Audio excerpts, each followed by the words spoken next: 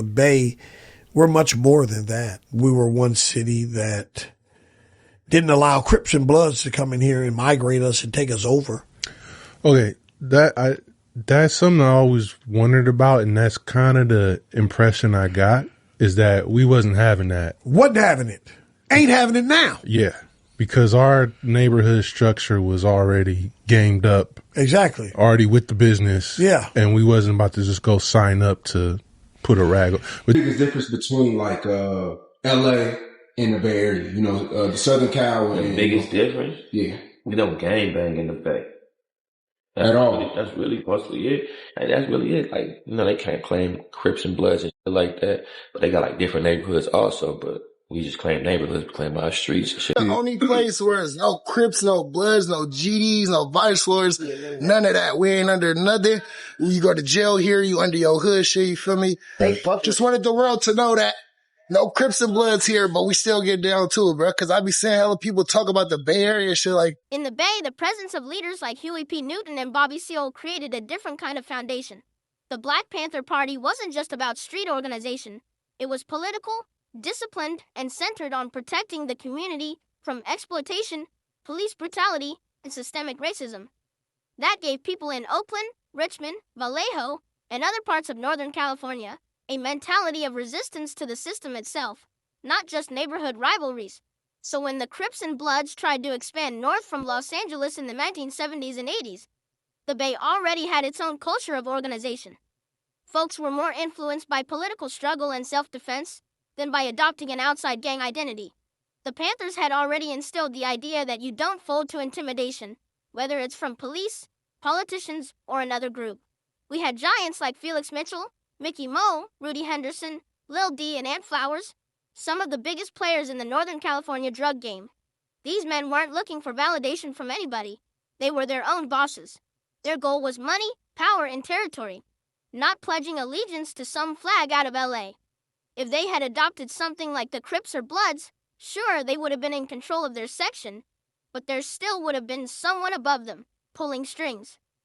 That wasn't the Bay mentality. Up here, the mindset was about independence, building your own empire, not being a soldier in someone else's army. And because of that, bringing in Crip or Blood politics would have only slowed down the money and created chaos instead of structure. Suspects are in custody, and police are bracing for what one officer calls an LA-style outbreak of street gang warfare. Tensions are at fever pitch among project drug gangs after this week's murder of a gang member. News Center 4's Bob Sirkin reports. It was at this Hunters Point intersection where on Monday, 19-year-old Edric Carr was ambushed in his automobile and shot to death in a hail of semi-automatic gunfire.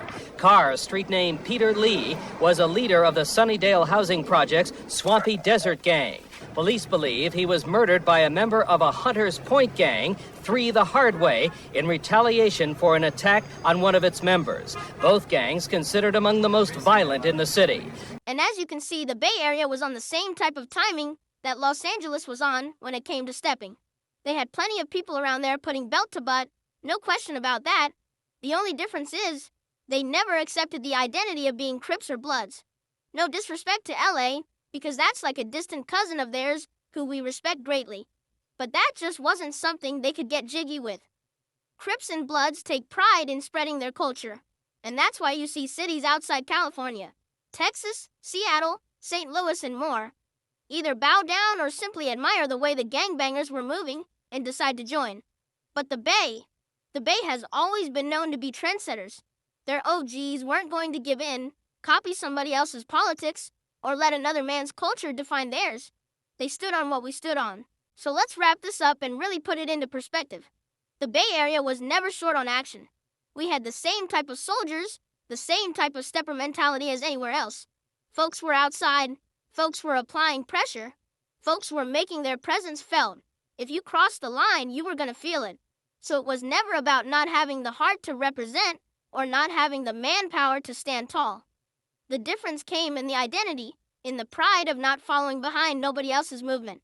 See, Los Angeles, they built something powerful. Crips and Bloods weren't just gangs. They became a culture. They became a blueprint that spread across the nation. From the way they dressed, the way they talked, the music, the colors, the whole style. It became iconic. And outside of California, cities fell in line with it.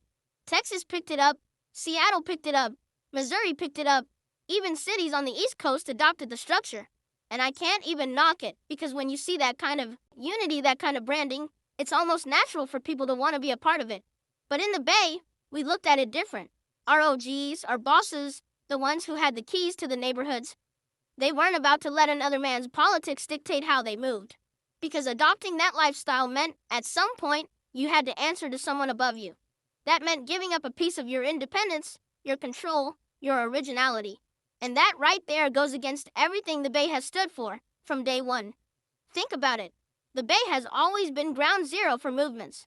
The Black Panthers started in Oakland, and they weren't just standing up to the system, they were building community programs, showing people how to take care of themselves without needing outside validation. That spirit never left us. Then you had the independent hustle when it came to music. While the industry was focused on New York and LA, Bay rappers were selling CDs out the trunk, pressing up their own merch, running it like a business without begging for mainstream support. That independent spirit is in the water out here. So when people came around trying to get us to wave a flag that wasn't ours, the OGs drew the line. They said, nah, we're not doing that. We got our own rules, our own culture, our own stripes to earn.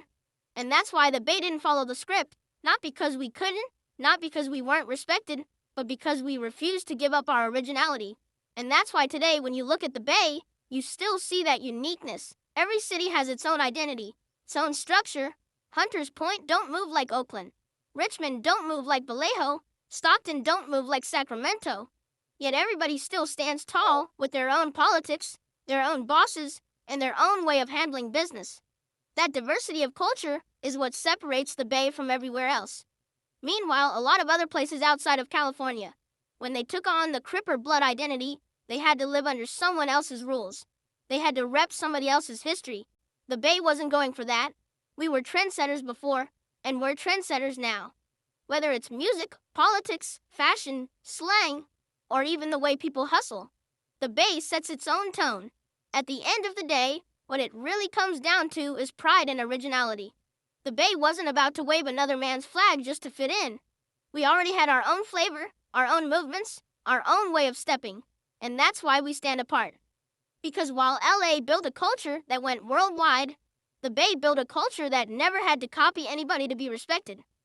We stood on business, we stood on independence, and we stood on making our own way. And that right there is the conclusion. The Bay Area is cut from a different cloth. Respect to Los Angeles because that's family. But at the end of the day, our soil, our history, and our pride in being different is what kept us from waving that red or blue flag. We're not followers, we're leaders, we're trendsetters. And no matter what, the Bay is always going to stand on its own.